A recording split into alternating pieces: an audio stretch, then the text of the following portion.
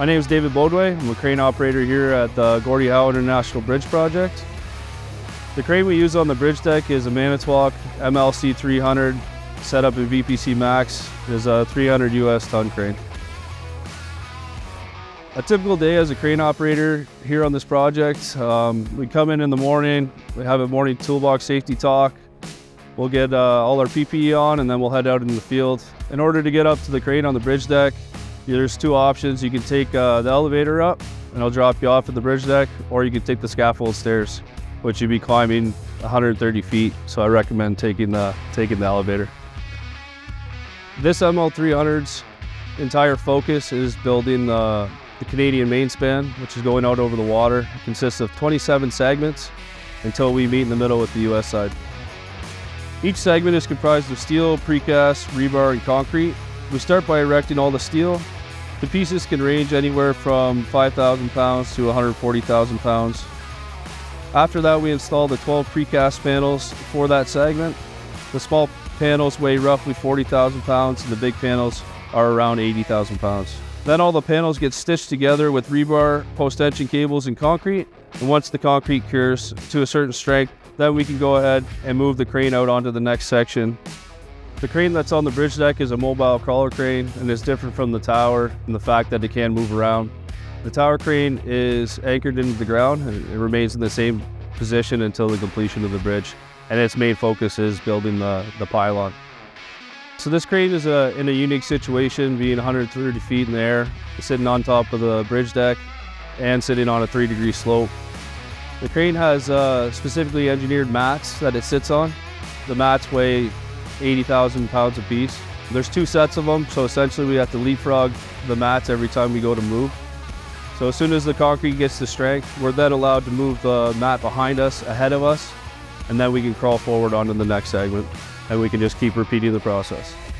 People might look at this and think it might be scary because we are 130 feet in the air. But once you get up here, you're working on flat ground and there's lots of safety precautions in place. There's barricades all around the edges. It's basically like you're working on the ground. Crane operator can spend most of the day in the cab of the crane, anywhere from 8 to 15 hours. We do get breaks. Up here on the deck, there are washrooms and lunch trailers if you need to use them. The views up here on the bridge deck are obviously better than most places. And you can watch the boats going by. Summertime is extremely nice up here. No, I didn't always know that I wanted to be a crane operator.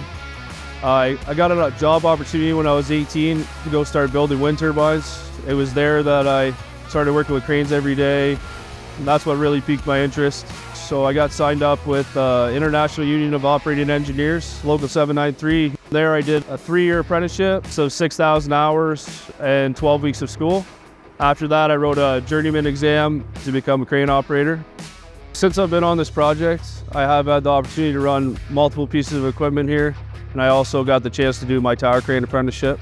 And now I'm a journeyman tower crane operator as well. This project's been really good that way and helping me better my career. So anyone looking at getting into this trade, all you need is your high school. And from there, if you want to be a mobile crane apprentice, you would have to get your AZ license ahead of time, and then talk to the union and you can get signed up as an apprentice. Yeah, so I was raised not too far from here in a town called Harrow. It's only about a half-hour away.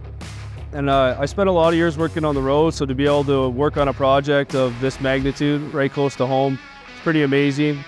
And the job itself is pretty incredible, and it's helped me a lot to advance my career.